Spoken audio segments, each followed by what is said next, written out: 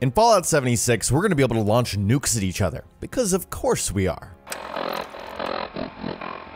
Hey guys, JV here, and today we're discussing nukes and the endgame in Fallout 76. Be sure to subscribe to my channel for more Fallout 76 videos, and head over to my Facebook page for live streams of the newest games and non-stop Fallout 76 streams when the beta drops in October. Follow now so you don't miss a thing.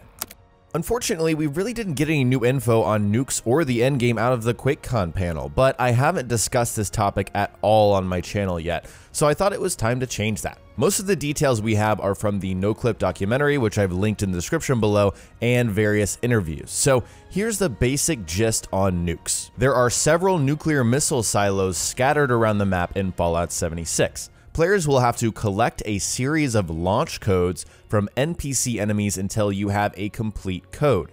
Each code piece will be a lootable item off of enemies, so you'll have to collect them that way. It's suggested that you may need to group up with others in order to find the full sequence. Then you will be able to visit a launch site, select a target on the map, and fire off a nuke. Firing a nuke does two main things to the area where it lands. First, it destroys everything. It kills all life and destroys structures. Second, it creates a high-level irradiated zone where higher-level enemies and items will spawn. That's the TLDR, or too long didn't watch version of nukes, so let's hop into more of the details. From the NoClip documentary, Danny O'Dwyer shares insights on why Bethesda chose to include this mode. He says that eventually players will reach a point where they do everything. That's how it works in online live service games.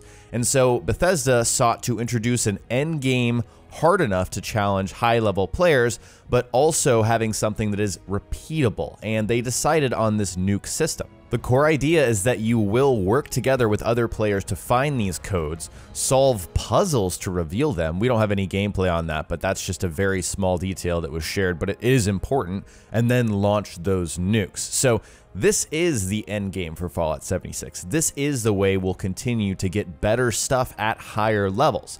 Now, we don't know if this is the only end game or if this is Bethesda's long-term plan for the end game, whether new things will come in updates, new ways that nukes will be found, maybe special events that will be, geared towards higher level players, but for now, this is the end game. Now, if you're worried about this being too basic, trust me, it's not. And we know this because Jeff Goodman shared some more details in the NoClip documentary. He said that nukes are a cyclical story in Fallout 76. It's kind of unfortunate because he glosses over some very important details so quickly and doesn't explain them at all. So this is what he says. He says that there are beasts or animals, enemies called scorch beasts that appear out of fissures in the earth. And this is literally what he says. He says you have to find the nuke codes to kill them, seal their fissures. So it's like he doesn't explain, do we get the nuke codes from killing the scorch beasts? Are the scorch beasts going to appear on the map? Then we go and kill them, they drop the nuke codes? Is it going to be a simple process like that? Or is it we're going to kill enemies, they're going to drop the nuke codes, and then somehow, for some reason, we have to kill the scorch beasts in the sequence of firing off a nuke? We have no idea. If I had to assume from what he shares, it's that we have to kill the scorch beasts in order to get the codes. Then he goes on to say that the nukes, when you fire them, irradiate the world. You get nuclear weather, which is cool. Flora and fauna will change to higher level. They'll have rarer drops when you kill those enemies. You'll have rarer crafting materials spawn in the area. If you guys didn't know, there's going to be like certain things we can just loot out in the world. Obviously, that's a Fallout thing, right? But for example, there will be like high-level plants. We can go in there and loot them. They will be more rare, and that will yield more rare materials. He also mentions that there are more tiers to the legendary system for weapons and armor, so you'll find more legendary stuff in those areas. Jeff also shares an important detail. Areas that get nuked are not permanently nuked. They will fade after a certain period of time, and Todd shares in another interview that they're still deciding on how long that would last, but I'd like to see something like 6 hours. That's a 6-hour high-level zone. That's the only nuked zone on the map. Players will converge on that area to do whatever they want. It'll be a very interesting dynamic event.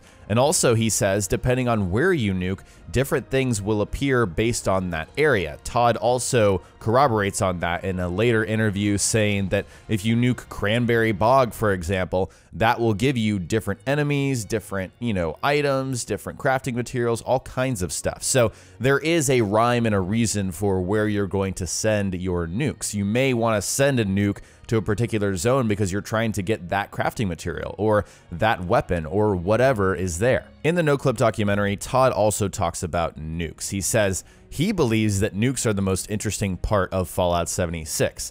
He's trying to make it fun, though, to launch them. He's trying to incentivize nukes to make parts of the world higher level zones, trying to make it so that players can create a hard level, a hard mode, a hard zone for themselves. That's something that I've already kind of mentioned and weaved into what I've been talking about, but Todd is super interested in this, and it sounds like he's at the core of what they're doing with nukes. The final bit of info I have to share is from an Italian interview with Pete Hines. He clarifies that launching nukes is not easy. You need a number of different code pieces to piece together and have one full code. Then you have to get to the nuclear silo, which is not just like walking right in. There's going to be some kind of challenge to get into there, but that is just speculation on my part. It makes sense, but that's what I would assume would be going on. And then finally, he says you cannot target other players. You target the map, and if a nuke is coming your way, you will be notified. The game will tell you there's a nuke coming, watch out. I would also like to see the game notify everyone when a nuke has, landed somewhere. Maybe that's what he meant. So here's what I think about this whole nuke thing. I love this idea, and what Todd shares in the NoClip documentary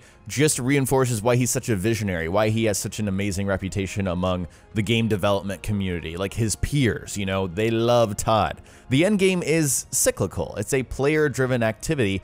Players get to choose where nukes go off. This is so kind of inventive. It's way different than what we see in the end game of like Destiny, for example, where there's a raid. There's a solitary location that you go to and you complete that activity. No, this is player driven. This is a choice thing, and it's dynamic. Everyone in the world can have an impact on this. I'm excited, but of course, like a lot of you, I'm sure, I have so many questions about how this works, particularly the step-by-step process that Jeff glosses over in the NoClip documentary. Is it a thing like, oh, there's Scorch Beast active right now in Cranberry Bog. If you go and kill that, you'll get one piece of the nuclear code. And then, oh, there's a Scorch Beast in this other zone. Do we have to go to all the zones to get all the pieces and then bring them to a silo, solve a puzzle, then, enter the codes and launch off a nuke? Is that the process? We don't know yet. I'm also very curious how this will fare as the end game activity. This is what Bethesda has got behind, and they've said, this is the end game. How long will that last? How long will this be an interesting thing? And is Bethesda dedicated in their live service post-launch content plan to making sure this continues to be interesting? Or are they going to cycle in new kinds of endgame content, new cyclical activities that we can do? I mean, I know I'm jumping the gun here. The game hasn't even come out, but how long will this be an interesting activity? Also, how hard will this be? Will it be a thing where there's several different groups of high-level players in each server just hunting around for these codes, and then there will be a point in time where we'll have two groups clash together fighting for the codes to launch off the nuke? It's very interesting. It's very intriguing when you think about the possibilities for this activity and this concept. So I'm so excited for nukes. All right, guys, that's it for today's video. In the comment section below, do you think nukes will deliver on the endgame promise that Bethesda is essentially giving us? A lot goes into the endgame. There's a lot of expectations by players. Do you think this is going to be a satisfactory endgame for Fallout 76? Share your thoughts below. If you enjoyed the video, remember to subscribe for more Fallout 76 content, and be sure to check out my Facebook page for streams of the newest games, as well as our non-stop Fallout 76 streams starting right when the beta drops in October. Thanks so much for watching, and I'll talk to you next time.